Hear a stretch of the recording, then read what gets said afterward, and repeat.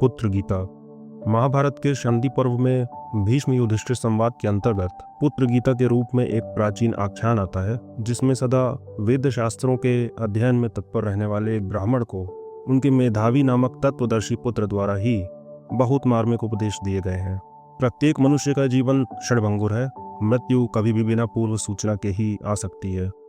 अतः प्रत्येक अवस्था में संसार की आसक्ति से बचकर धर्माचरण तथा सत्यव्रत का पालन करते रहना चाहिए। यही परम साधन इस पुत्र गीता में बताया गया है। अत्यंत प्रभावी ढंग से चेतावनी देने वाली यह पुत्र गीता यहाँ पर सीधे संस्कृत श्लोकों के अनुवाद में प्रस्तुत की जा रही है। राजा युधिष्ठिर ने पूछा, पितामह, समस्त भूतों का संहार करने वाला यह काल बराबर बीता जा रहा है। ऐसी अवस्था में मनुष्य क्या करने से कल्याण का भागी हो सकता है, यह मुझे बताइए।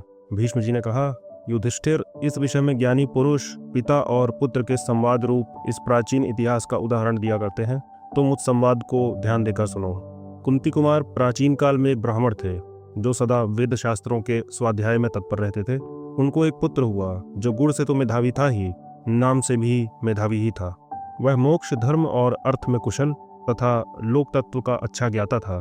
एक दिन उस पुत्र ने अपने स्वाध्याय परायण पिता से कहा, पिताजी, मनुष्य की आयु तीव्र गति से बीती जा रही है। यह जानते हुए धीर पुरुष को क्या करना चाहिए? तात, आप मुझे उस यथार्थ उपाय का उपदेश दीजिए जिसके अनुसार मैं धर्म का आचरण कर सकूं। पिता ने कहा, बेटा, द्विज को चाहिए कि वह पहले ब्रह्मचर्य व्रत का पालन करते हुए संपूर्ण वेदों का अध्ययन करे, फिर गृहस्थ आश्रम में प्रवेश करके इतरों की सद्गति के लिए पुत्र पैदा करने की इच्छा करे, विधि पूर्वक त्रिविध अग्नियों की स्थापना करके यज्ञों का अनुष्ठान करे, तत्पश्चात वानप्रस्थ आश्रम में प्रवेश करे, उसके बाद मौन भाव से रहते हुए सन्यासी होने की इच्छा करे।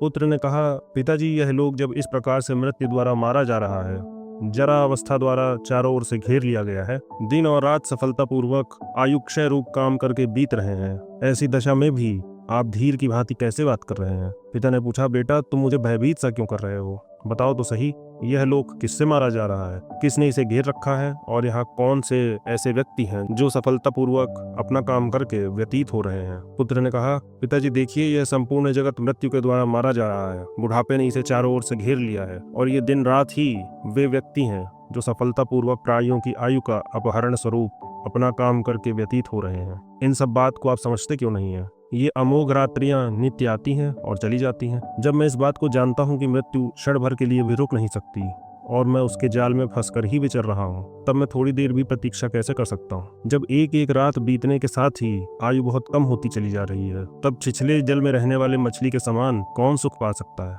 जिस रात के बीतने पर मनुष्य कोई शुभ कर्म ना करे, उस दिन को विद्वान पुरुष व्यर्थ ही गया ऐसा समझे। मनुष्य की कामनाएं पूरी भी नहीं होने पाती कि मौत उसके पास आ पहुंचती है। जैसे घास चरते हुए भेड़ के पास अचानक व्याघ्री पहुंच जाती है और उसे दबोच कर चल देती है, उसी प्रकार मनुष्य का मन जब दूसरी ओर लगा होता है, उसी समय सहसा मृत्यु आ जाती है और उसे लेकर चल देती है। इसलिए जो कल्याणकारी कार्य हो उसे आज ही कर डालिए। आपका यह समय हाथ से निकल ना जाए, क्योंकि सारे काम अधूरे ही पड़े रह जाएंगे और मौत आपको खींच ले जाएगी। कल किया जाने वाला काम आज ही पूरा कर लेना चाहिए। जिसे सायंकाल में करना है उसे प्रातः काल में ही कर लेना चाहिए, क्योंकि मौत यह नहीं देखती कि इसका काम अभी पूरा हुआ है या नहीं। कौन जानता है कि किसका मृत्युकाल आज ही उपस्थित होगा? संपूर्ण जगत पर प्रभुत्व रखने वाली मृत्यु जब किसी को हर कर ले जाना चाहती है तो उसे पहले से निमंत्रण नहीं भेजती। जैसे मछेरे चुपके से आकर मछलियों को पकड़ लेते हैं, उसी प्रकार मृत्यु भी अज्ञात रहकर ही आक्रमण करती है। अतः युवावस्था में ही सबको धर्म का आचरण करना चाहिए, क्योंकि जीवन निसंदेह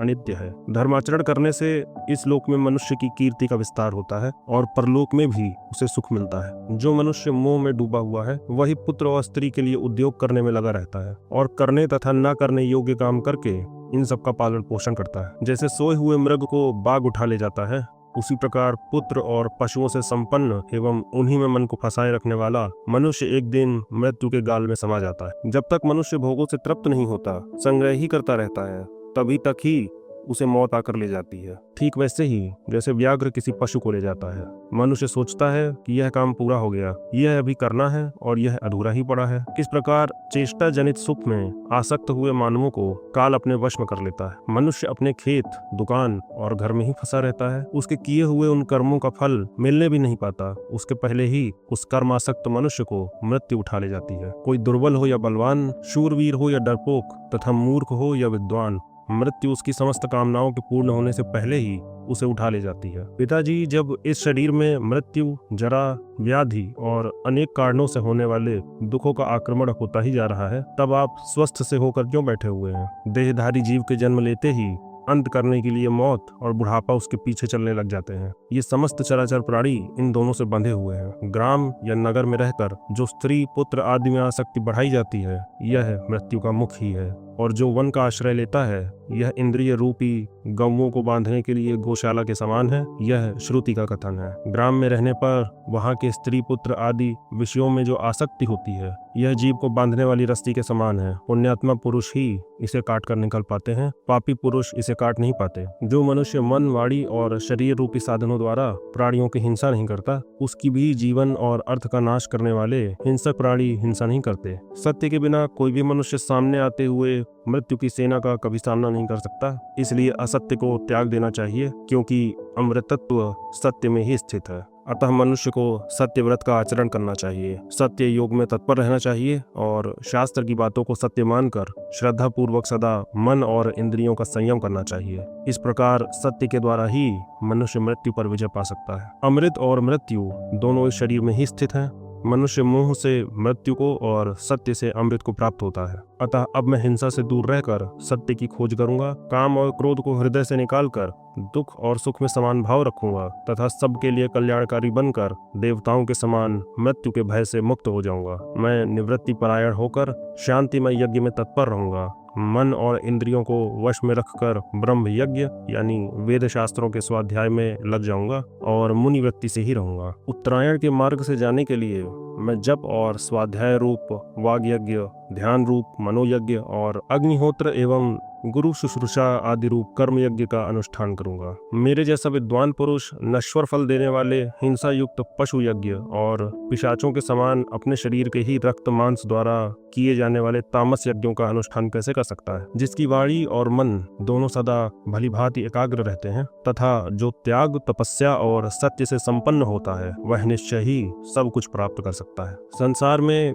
विद्या के समान कोई नेत्र नहीं है, सत्य के समान कोई तप नहीं है, राग के समान कोई दुख नहीं है और त्याग के समान कोई सुख नहीं है। मैं संतान रहित होने पर भी परमात्मा में ही, परमात्मा द्वारा उत्पन्न हुआ हूँ, परमात्मा में ही स्थित हूँ, आगे भी आत्मा में ही लीन हो जाऊंगा। संतान मुझे पार नहीं उतारेगी। परमात्मा के साथ एकता तथा समता, सत्य भाषण, सदाचार, ब्रह्मनिष्ठा, दंड का परित्याग अर्थात अहिंसा, सरलता तथा सब प्रकार के सकाम कर्मों से उपरति, इनके समान ब्राह्मण के लिए दूसरा कोई धन नहीं है। हे ब्राह्मण देव पिताश्री, जब आप एक दिन मर ही जाएंगे तो आपको इस धन से क्या लेना है, अथवा भाई बंधुओं से आपका क्या काम है, तथा स्त्री आदि से आपका कौन सा प्रयोजन सिद्ध होने वाला है। आप अपने हृदय रूपी गुफा में स्थित हुए परमात्मा को खोजिए, सोचिए तो सही, आपके पिता और पितामह कहाँ चले गए हैं। भीष्म जी कहते हैं, हे नरेश्वर युधिष्ठिर, पुत्र का यह वचन सुनकर पिता ने जैसे सत्य धर्म का अनुष्ठान किया था, उसी प्रकार तुम भी सत्य धर्म में तत्पर रहकर यथा योग्य बर्ताव करो। पुत्र गीता समाप्त। जय श्री राधे कृष्ण।